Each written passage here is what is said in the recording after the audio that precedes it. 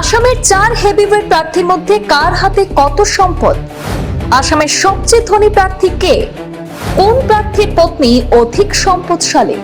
আসাম বিধানসভা ভোটের ময়দানে অবতীর্ণ হওয়া শাসক বিরোধী উভয় শিবিরের 4 হেভিওয়েট প্রার্থীর কাছেই রয়েছে পাহাড় সম সম্পদ।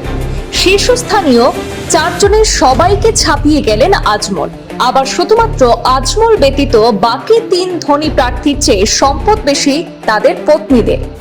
মুখ্যমন্ত্রী পত্নী রিনিকি ভূঁইয়াই আসামের সবচেয়ে ধনী পত্নী। মুখ্যমন্ত্রী ডক্টর হিমন্ত বিশ্ব শর্মার চেয়ে পত্নী রিনিকি ভূঁইয়া শর্মা 15 গুণ বেশি ধনী। মুখ্যমন্ত্রীর পরিবারের মোট সম্পদের পরিমাণ 35 কোটি টাকারও বেশি। প্রায় 2 কোটির সম্পদ থাকলেও মুখ্যমন্ত্রীর নেই মাটি বাড়ি। পত্নীর নামে রয়েছে হাজার হাজার বিঘা জমি এবং দামি আবাসন। অসম গণপরিষদের সভাপতি অতুল বরার চাইতে সম্পদশালী অধ্যাপিকা পত্নী বুলবুলি বড়ুয়া।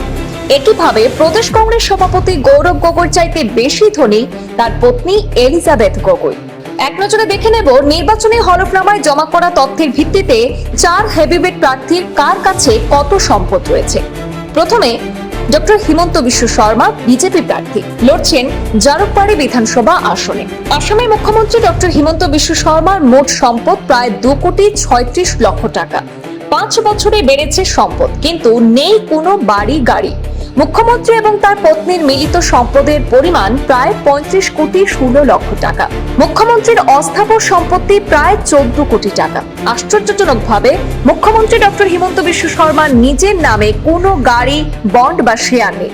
2021 সালে মুখ্যমন্ত্রীর অস্থাবর সম্পত্তি ছিল 1 কোটি 72 লক্ষ টাকা, যা 2026-এ বেড়ে হয়েছে 2 কোটি 36 লক্ষ টাকায়। মুখ্যমন্ত্রীর নামে ঋণ রয়েছে 95 লক্ষ টাকা। তার পত্নী রিনিকি ভূঁইয়া শর্মার সম্পত্তির পরিমাণ মুখ্যমন্ত্রীর চেয়ে 15 গুণ বেশি। তার স্থাবর এবং অস্থাবর মিলিয়ে মোট সম্পত্তির পরিমাণ প্রায় 32 কোটি 79 লক্ষ টাকা। ঋণ রয়েছে প্রায় 15 কোটি 91 লক্ষ টাকা।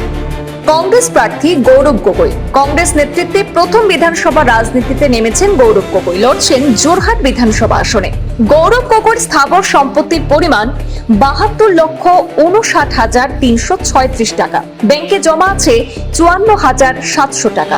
জুনিয়র গগৈর অস্থাবর সম্পদ রয়েছে 2 কোটি 49 লাখ টাকা। দিল্লির বসন্ত কুঞ্জে রয়েছে একটি ফ্ল্যাট। পত্নী এলিজাবেথের নামে আছে 4 কোটি 36 লক্ষ 18 হাজার 637 টাকা। পুত্র কবির গগৈর স্থাবর সম্পত্তি 25 লক্ষ 79 হাজার 657 টাকা। কন্যা মায়া গগৈর নামে আছে 3109 টাকা। গৌরব গগৈ রয়েছে একটি সুইফট ডিজায়ার এবং স্করপিও বাহন। তার স্ত্রীর নামেও রয়েছে হোন্ডা অ্যামেজ। এআইইউডিএফ এর প্রার্থী মাওলানা বদরুদ্দিন আজমল, লড়ছেন নবগঠিত বিন্নাকান্দি আসনে। স্থাবর অস্থাবর মিলিয়ে 562 কোটি টাকার সম্পদের তথ্য দাখিল করেছেন আজমল। আসামের সবচেয়ে ধনী প্রার্থী আজমলই। বিভিন্ন শেয়ার বাজারে আজমলের বিনিয়োগ রয়েছে প্রায় 200 কোটি টাকা।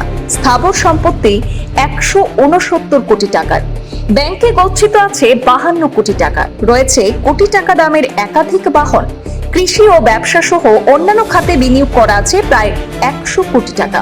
আজমলের পত্নীর অ্যাকাউন্টে বিনিয়োগে এবং অলংকার ইত্যাদি সব মিলিয়ে রয়েছে আরো কয়েক কোটি টাকা। এবার আসা যাক অসম গণপরিষদ অর্থাৎ এজিপির অতুল বরা। তিনি লড়ছেন বোকাখাট বিধানসভা আসনে।